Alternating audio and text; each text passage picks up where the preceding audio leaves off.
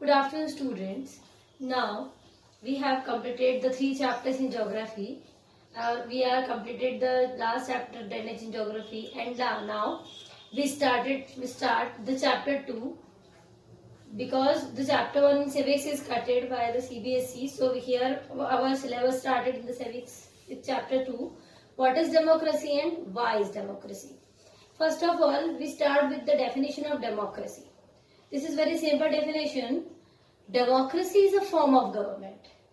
Means democracy एक ऐसा government चलाने का तरीका है जिसमें जो रूलर्स हैं, जो लीडर्स हैं, जो हमारे प्रेसिडेंट प्राइम मिनिस्टर्स हैं, उनको कौन इलेक्ट करता है? बाय द पीपल, चाहे वो इनडायरेक्टली हो या directly, but this is the simple definition of democracy, जिसमें पीपल जो है वो अपने रूलर्स को अपने वोट के थ्रू इलेक्ट करते हैं, because this is the form of government. But इस सिंपल डेफिनेशन में एक चीज है जिसमें मैंने ये 4 आपको अंडरलाइन किए हुए वर्ड्स दिख रहे हैं। First, form of government, rulers, elected and the people. ये इन 4 थिंग्स को बहुत ज्यादा हाईलाइट करने की जरूरत है, क्योंकि ये 4 वो ऐसे मेन पॉइंट्स हैं जिनकी वजह से आप इस डेमोक्रेसी को समझ पाएंगे। तो द रूलर्स कौन होते हैं? अगर हम अर्लियर टाइम जब किंगडम्स होते थे और किंग्स होते तब की बात करें, तो तब रूलर्स को इलेक्ट करने के लिए कोई लोग नहीं वोट करते थे। तब रूलर्स को रूलर बनने के लिए सिर्फ एक रॉयल फैमिली में जन्म लेना होता था, बर्थ उनका होना चाहिए, दैट इज इनफ।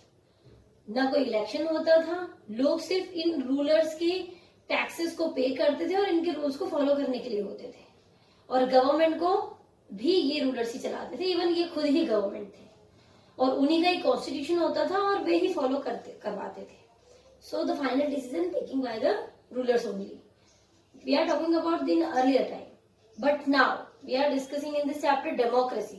डेमोक्रेसी क्या है और हमारी कंट्री में क्यों है, या हमने क्यों इसको अडॉप्ट किया है, इसके बहुत सारे एस्पेक्ट्स हैं। तो अब हम इसका डेमोक्रेसी को समझने के लिए सबसे इंपॉर्टेंट चीज उसके फीचर्स को, कि क्या उसके प्रिंसिपल्स हैं। तो here is the first feature of democracy is democracy is the final decision making power must rest with those elected by the people. Means democracy में फाइनल डिसीजन लेने का उनको अधिकार या उनको राइट होता है, उनके पास पावर होता है, जो कि पीपल के थ्रू इलेक्टेड हो। अब हम यहाँ हमारे ऑलरेडी चैप्टर में भी ये इंपॉर्टेंट टॉपिक दिया है, major decision by elected leaders, और ये आपको एक स्टोरी के फॉर्म में एक्सप्लेन किया है। This is the true story of general Pervez Musharraf. ये उस समय था 1999 के पहले की बात है। जनरल परवेज मुशर्रफ, जैसे कि जनरल इनके से लग रहा है टाइटल से कि एक मिलिट्री में जनरल थे, इन्होंने 1999 में मिलिट्री कॉप फॉर्म किया। और मिलिट्री कॉप मीन्स उन्होंने जो पहले से एग्जिस्ट जो गवर्नमेंट थी उसमें जो मिलिट्री थी उस पर अपना पावर स्टैब्लिश करके, और अक्टूबर 99 में मिलिट्री कॉप फॉर्म की। उसके बाद जब उनके हाथ में पावर आई तो उन्होंने अपने आप को अपने डेजिग्नेशन चेंज करके प्रेसिडेंट के फॉर्म में ले ली। जब उन्होंने प्रेसिडेंट की फॉर्म ले ली तो एक रेफरेंडम बनाया गया इन 2002। अब रेफरेंडम क्या होता है? ये एक तरह का अमेंडमेंट होता है जो कॉन्स्टिट्यूशन में चेंजेस करने हो, ताकि आगे पीपल जो है वो प्रोटेस्ट ना करें कि ऐसा कौन कर सकता है, बिकॉज हमारे कॉन्स्टिट्यूशन में ये अलाउ नहीं है। और इस रेफरेंडम में क्या मेंशन था? Granting him an extension for 5 years। Means उन्होंने ये इस रेफरेंडम इसलिए बनाया था ताकि वो अपने वर्किंग टाइम को, अपने टेन्योर को और 5 years एक्सटेंड कर पाए। लेकिन इस रेफरेंडम को बनाने का पावर ही इनको नहीं था, क्योंकि वो क्योंकि पाकिस्तान का कॉन्स्टिट्यूशन ऑलरेडी पहले से फॉर्म था, उसमें इस तरह का कोई रूल नहीं था। तो फिर क्यों उन्होंने रेफरेंडम बनाया? वो इसीलिए क्योंकि वो इस कॉन्स्टिट्यूशन में चेंजेस करना चाह रहे, अमेंडमेंट करना चाह रहे थे, बिकॉज ऑफ देयर एक्सटेंशन। लेकिन कुछ ऐसे एक्टिविस्ट थे जो डेमोक्रेसी को फॉलो करने वाले थे, या कुछ जो सोशल एक्टिविस्ट थे, उन्होंने इस रेफरेंडम के अगेंस्ट प्रोटेस्ट किया। लेकिन उनके प्रोटेस्ट को ये प्रोटेस्ट और आगे ना बढ़ पाए, इसलिए लीगल फ्रेमवर्क ऑर्डर निकाला बाय द परवेज मुशर्रफ, और उन्होंने अमेंडमेंट किया कॉन्स्टिट्यूशन में। अपने आप को प्रेसिडेंट प्रूव कर दिया। और प्रेसिडेंट के पास होल एंड सोल पावर होती है और वो किसी भी नेशनल या प्रोविंशियल असेंबली को डिसमिस कर सकता है। और ये नेशनल प्रोविंशियल असेंबली कौन फॉर्म करता है? पीपल करते हैं। और प्रेसिडेंट के पास पावर नहीं होती है अगर किसी डेमोक्रेटिक कंट्री की बात करें, because this is the best example of our India. किसी प्रेसिडेंट के पास ये पावर नहीं होती है कि वो नेशनल और प्रोविंशियल असेंबली को डिसमिस कर दे। But here is the an example by the president Pervez Musharraf. उन्होंने ऐसा किया because of this legal framework, this referendum. And one more thing he was doing, national security council would supervise civilian cabinet. Means जैसे defence ministry है या home ministry है, ऐसे ministries को जो सिविलियंस में कैबिनेट मिनिस्टर्स जो होते हैं, आप सबने सुना होगा कैबिनेट मिनिस्टर्स कौन होते हैं, जो सेंट्रल गवर्नमेंट में फॉर्म किए जाते हैं। और इस नेशनल सिक्योरिटी काउंसिल में किसी भी तरह का कोई चेंजेस नहीं होता है और ना ही कोई इसको सुपरवाइज करता है, क्योंकि इसके अपने अपने हेड होते हैं, मिनिस्टर्स होते हैं। बट इस फ्रेमवर्क में, इस अमेंडमेंट में एक इस चीज को भी इंक्लूड किया गया कि इस पर भी सिर्फ प्रेसिडेंट का, कौन है प्रेसिडेंट? जनरल परवेज मुशर्रफ जो है, वो ही इसको सुपरवाइज करेंगे। सो these two amendments in the Constitution of Pakistan done by the Pervez Musharraf. लेकिन एक चीज, you can see this, we are discussing about the first principle or feature of democracy. The final decision making power must be rest with people who elected by the people. Means वो person के पास होगा final decision लेने का अधिकार या power, जो कि किसने इलेक्ट किया होगा? जिनको पीपल। और यहाँ पर कहीं से कहीं तक इस पूरे पाकिस्तान के एडमिनिस्ट्रेटिव या पॉलिटिकल हिस्ट्री में कहीं भी किसी भी इस प्रेसिडेंट को चूज करने या इलेक्ट करने का पावर पीपल के पास नहीं था, या इस पूरे प्रोसेस में कहीं भी पीपल इन्वॉल्व नहीं हुए। That's why this is not the democratic country. इसीलिए इस एग्जाम्पल को इसमें मेंशन किया गया है, because of the explanation of this first feature of democracy, कि आप किस तरह से समझेंगे कि डेमोक्रेसी क्या है। तो ये कंट्री जो है फेलियर हो जाती है because he is not follow the first principle और feature of democracy.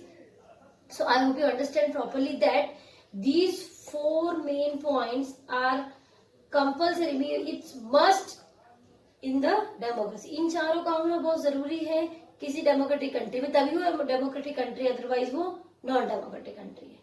So you can prepare some question about this. Means इस पूरे फ्रेम में आप कुछ क्वेश्चंस फॉर्म कीजिए और उसके आंसर्स भी इसी में से ढूंढिए। सो this is your homework today, and you can write the very short questions like what happened in 1999 October, who is the Pervez Musharraf, what is the referendum, give to framework order by the Pervez Musharraf, like this. So you can form the question and write the answers also. So it's all about this. We can continue with the second feature of democracy in the next video. Thank you. Stay safe. Good afternoon, students.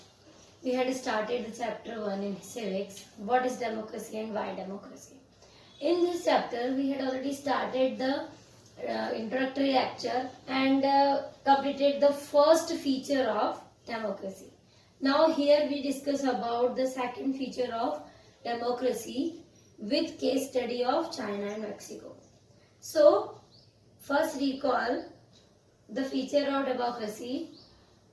In that feature, we are explaining with the Pakistan's administration, means what things going with the Pervez Musharraf and what is the policy they adopted. Means these are not connected with the democracy, because the definition of democracy is the form of government in which rulers are elected by the people. Means ऐसी form of government जिसमें election के through people अपने rulers को elect करते हैं, जबकि परवेज मुशर्रफ के उस पूरी पॉलिसी और सिस्टम में ऐसा कुछ नहीं था. So in that case we can not say that this is the feature of democracy. Now here is we are discussing with the second feature of democracy. What is the second feature is a democracy must be based on a free and fair election. Means democracy वो है जिसका base किस पर होता है? Free and fair election पे. Where those currently in power have a fair chance of losing. Means जो आज पावर में है ये कोई जरूरी नहीं कि नेक्स्ट इलेक्शन या नेक्स्ट चांस में वो फेलियर नहीं रहेंगे. So let's discuss with China. In China there is election 5 years term और electing by the national people's congress. Means वहां की जो पार्लियामेंट है उसको नेशनल पीपल्स कांग्रेस कहते हैं. अब इस पूरे फीचर को देख के लगता है this is the full form of the democracy. But here is not democracy. वहां इलेक्शंस होते हैं, पीपल इलेक्ट करते हैं, 5 years का टर्म होता है, बट फिर भी वहां पर फेयर इलेक्शन नहीं है. हाउ? कैसे? बिकॉज वहां पर एक कम्युनिस्ट पार्टी है जो कि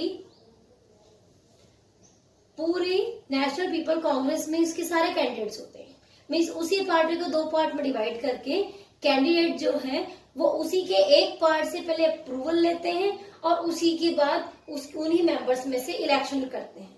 मीन्स वो फ्री एंड फेयर इलेक्शन नहीं होगा क्योंकि वो एक ही पार्टी है जिसके 2 पार्ट हैं. एक अप्रूवल देता है और सेकंड जो है उसमें उनको सीट देता है. So that is the Chinese communist party. So here we can not say in the China democracy is completely followed. So it's partially followed by them. Now the second case study of Mexico. Mexico, here is PRI, Institutional Revolutionary Party. Means ये वो party है जो कि maximum election conduct भी करवाती है और सबको उसमें विन करने के लिए डिफरेंट डर्टी ट्रिक्स का यूज करती है. फॉर एग्जाम्पल, अगर जितने भी स्टूडेंट्स किसी भी स्कूल में पढ़ते हो वहां के प्रिंसिपल्स और टीचर्स को ये कहा जाता है कि जो भी आपके पेरेंट्स जब आते हैं तो आप उनको प्रेशराइज करें, फोर्स करें हमारी पार्टी को वोट करने के लिए. So these are dirty tricks they followed and taking the in this election. So this is not a part of the free and fair election. So we can not say Mexico and Chinese policies are connected with democracy and these are not followed the democracy. So what our conclusion? Our conclusion is in those cases a democracy must be based on free and fair election and these two countries not taking the free and fair election. In those currently in power, they both are always in power. So they have no chance of losing. So I hope you understand properly that the second feature of democracy and in these 2 case studies not taken the second part of features of democracy. So properly read it and form the questions like what is the full form of PRI, the name of the parliament in China and how dirty tricks they adopted by the Mexico. Write the simplest definition of second feature of democracy and which party is in the China. So you can form the questions and write the answers also. We will discuss in the next video the third feature of democracy. Thank you. Stay safe.